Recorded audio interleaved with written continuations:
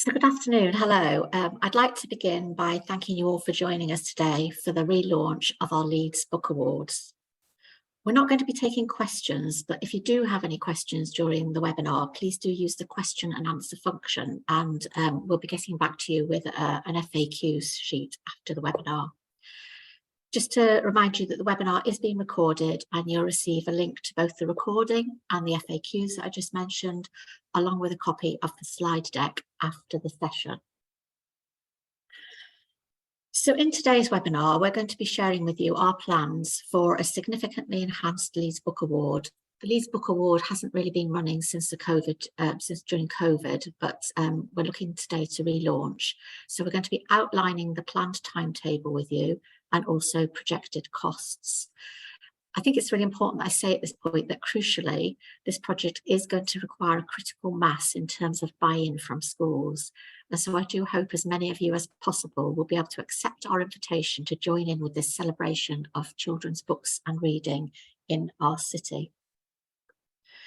So my name's Andrea Ellison, I'm Chief Librarian for Leeds Libraries. Leeds Libraries is one of the largest city library services in the country, with 34 libraries, as well as a number of specialist services, such as our school library service, our business support service, and Studio 12, which is a film and broadcast media unit based in Central Library that does a lot of work with young people.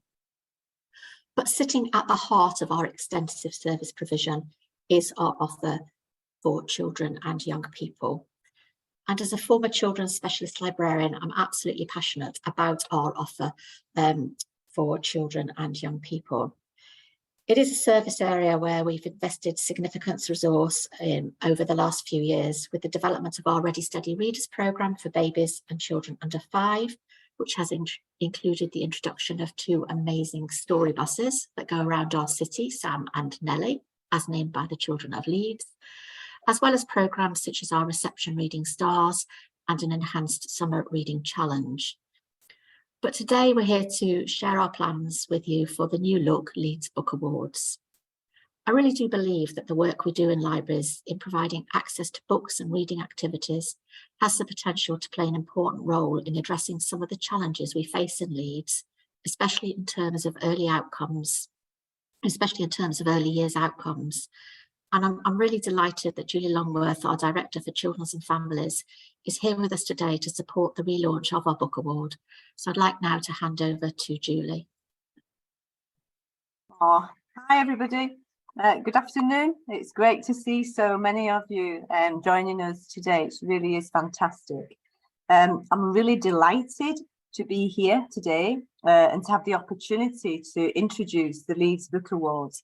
As Andrea said, it's a really welcome return to the award. We've had a couple of years where we've not been able to have the award as a result of COVID, so it really is fantastic to be able to launch it again today. We all know, you all know, how important reading is. Pupils who can read fluently are able to progress with their learning. They have a key skill which will help them to manage day-to-day life, both as a child but also as an adult. They can benefit emotionally when reading stories. It can help them understand their own feelings and also those of others. But there are some really stark reminders, the impact on individuals who cannot read. So as an example, 25% of young offenders have reading skills which are below those of the average 7-year-old. 60% of the prison population experience difficulties with basic literacy skills. So in Leeds, as we all know, reading is a priority. In 2022, 75% of pupils met the expected standard in the phonics screening test. The percentage of children meeting that standard did fall nationally. So we're again really glad that drop in Leeds was much less severe than it was across the country. And that really is down to your hard work, the hard work of our wonderful colleagues in schools and support teams. But at the end of the day, that figure does still mean that 1 in 4 children cannot read as they should be able to read at the end of year 1 in primary school. So it's clear that we've still got a lot to do. As part of our Children and Families refreshed 3A's plan, we've identified that ensuring that all pupils in Leeds are proficient readers as one of our 5 objectives. For the last 12 months, we've been making really concerted efforts right across the directorate to help improve the reading for children, to help children improve their reading skills and also their enjoyment of reading. So I'm just going to give you a flavour of some of the things that we've been doing over the last 12 months. So we've had 128 reviews of reading in primary schools. We have a cross-phase conference on reading after phonics, and that's taking place at the Ralph Thoresby School on the 24th of February. We have had a leaflet for parents developed with advice about how to read to their children. It's been produced and it's been translated into 8 languages, and that's been distributed right across the city. We've also had a guide supporting older readers who need to catch up produced, and that's really for secondary leaders, and it's also been accompanied by a training offer. We have, of course, worked with our fantastic colleagues in the library service, and one of the most exciting projects that's been done there was really at the Reception Reading Stars project. And that used books as a means of enabling children to make connections with potential classmates in the library prior to them starting school. The service really does do so much good work to encourage children to read for pleasure, but also to develop them as lifelong readers. And a fantastic example, what better example of that is this award that we're launching or relaunching today.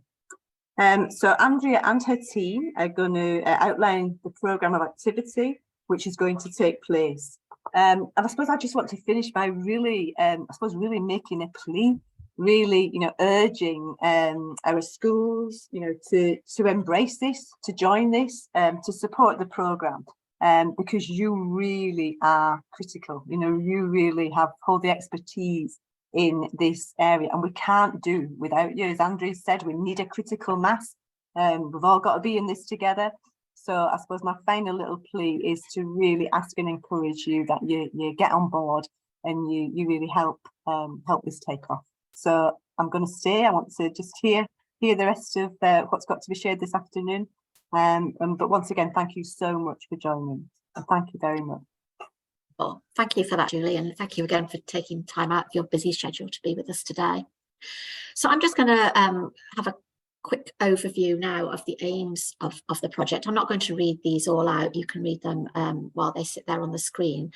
But we know that when visiting schools, Ofsted has 2 key areas of focus. One around how a school is developing children as proficient readers, and secondly, how a school is developing children who really enjoy reading. And of course, Julie's referred to the 3A strategy, which has all children in Leeds read for learning and fun as one of its key obsessions. So the Book Award is very much a project designed to make a strong and meaningful contribution to this priority of children reading for enjoyment, a priority that has both local and national significance. So at its heart, the Book Award is really around promoting books, around promoting libraries, books, and a real lifelong love of reading. The project aims to promote children in participating schools with the chance to actively engage in discussion and debate about the books, and crucially the chance to influence the winning titles by participating in the voting process. And that's something that the authors and the publishers really love. It's because it's the children's votes in Leeds that determines the winners of the Leeds Book Award. And the Book Award is also an opportunity for you as teachers to increase your awareness about newly published books. And I think it's really important that teachers are seen by their pupils to be readers as well. And I recognise that that's sometimes quite tough to find the time to read all the books that are being published. But we hope by having this book award, we actually support you in keeping up to date with the books that are being published. So I'm going to move over now. I'm going to hand over now, sorry, to my colleagues, Alison Miller, who's Principal Librarian for Books, Reading and Culture in our service, and also to Rachel Ingletier, who'll take you through the rest of our plans. Good afternoon. Thanks everybody for coming. I'm just going to run through some of the things that are new this year for the new and improved Leeds Book Award. So firstly, you'll notice hopefully that we have a new look and logo using the Leeds owl for inspiration.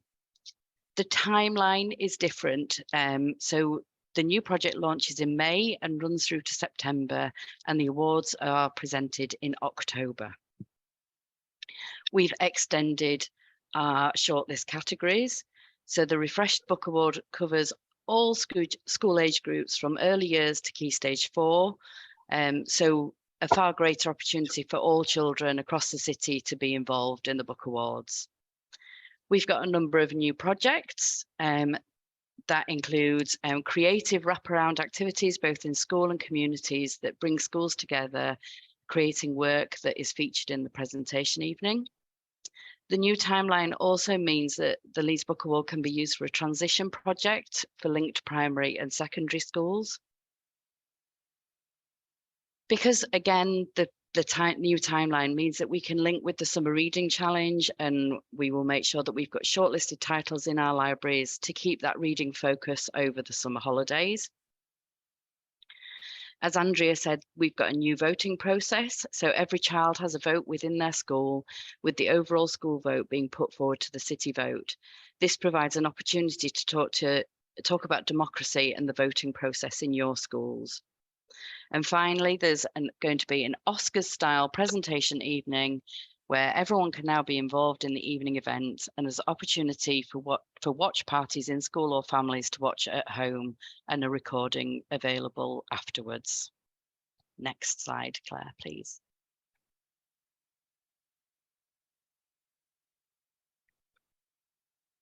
Oh, sorry, I missed off Marketplace of the last slide. There's also going to be an opportunity for schools to come together after the presentation event on the next day to meet the authors and illustrators and come along to book signings and workshops. So the shortlist categories, here you can see our lovely new colourful owls for the 3 different categories of age groups. So there are 6 categories now. All our shortlisted books are chosen by Leeds Libraries children's team, including the school library service, and the books are all published during Jan to December 2022. The awards focus mainly on fiction titles, but for the early years foundation and Key Stage 1, we're looking at picture books, and awards will be made to both the author and the illustrators for those.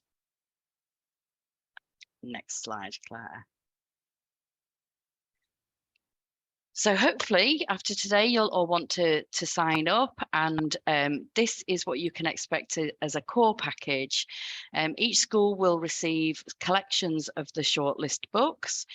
So primary schools will receive a collection each of the early years, Key Stage 1, Key Stage 2, upper and lower. And secondary schools will receive 2 sets each of the Key Stage 3 and Key Stage 4 titles.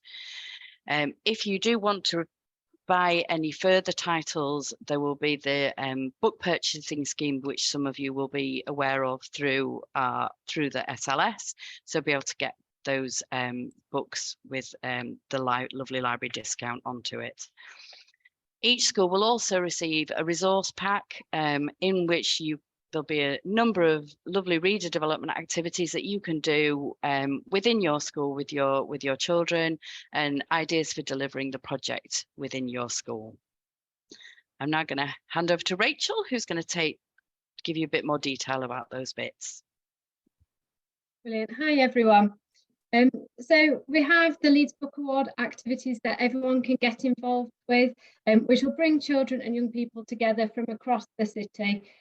So firstly, we've got the Pupil Gallery, This gives your students the opportunity to send in art and written work in response to the shortlisted books they have read.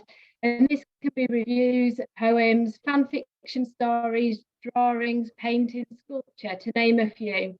All the submissions will be added to an online gallery and shared publicly throughout the year. And this online gallery will also feature on the night at the presentation evening, where the children and young people can proudly see their work on display. We also have our Display It programme. So within our community libraries, we've got large display boards where schools can bring a collection of work to display in a prominent community location. The children and young people will receive a certificate to take home and an invitation for the families to visit the library to see their work. Next slide, please, Claire.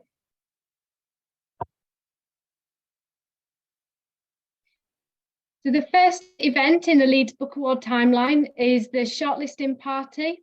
So teachers from participating schools will be invited to our shortlisting celebration event, where we'll announce the shortlisted titles across all the categories. You'll take away the book collection for your school, as well as the resource pack, and there'll be opportunity to ask questions ahead of launching the Leeds Book Awards within your school. And for primary schools, as part of your registration, you'll automatically be invited to take part in our Enhanced Summer Reading Challenge offer.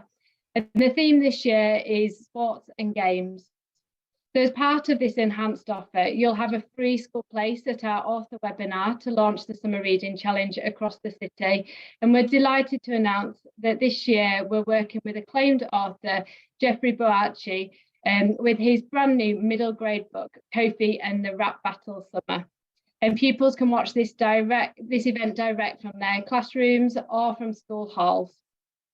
Next slide, please. So the opportunity to take part in new projects. So as well as the core package that every school that registered will receive, that Alison outlined, we have some additional opportunities which schools are able to put forward an expression of interest to take part in. And these include inter-school activity days.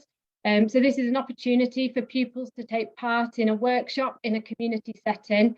And as part of these workshops, the children and young people will come together with their peers to celebrate and debate the shortlisted books through an exciting range of activities. And we've got the transition project. So the huge benefit of the timeline change gives high schools and their feeder primaries the opportunity to work together on focused reading for pleasure transition activities using the Key Stage 2 upper shortlisted books. And there'll be ready-made resources to support the activity, as well as workshops delivered by library staff. And these next two fantastic projects have been funded through our partner 2023, where pupils from each key stage from successful schools will get the chance to take part. So we've got the Oracy project. So pupils will work with an artistic director and record a reading from each book from the shortlisted categories. These recordings will be played alongside the book cover when the shortlisted books are showcased at the presentation evening. And the artistic director will voice coach the children and young people to build their confidence and skills to articulate the spoken word. And we've also got our author award. So pupils will work with a community artist to design a mosaic in response to the shortlisted titles.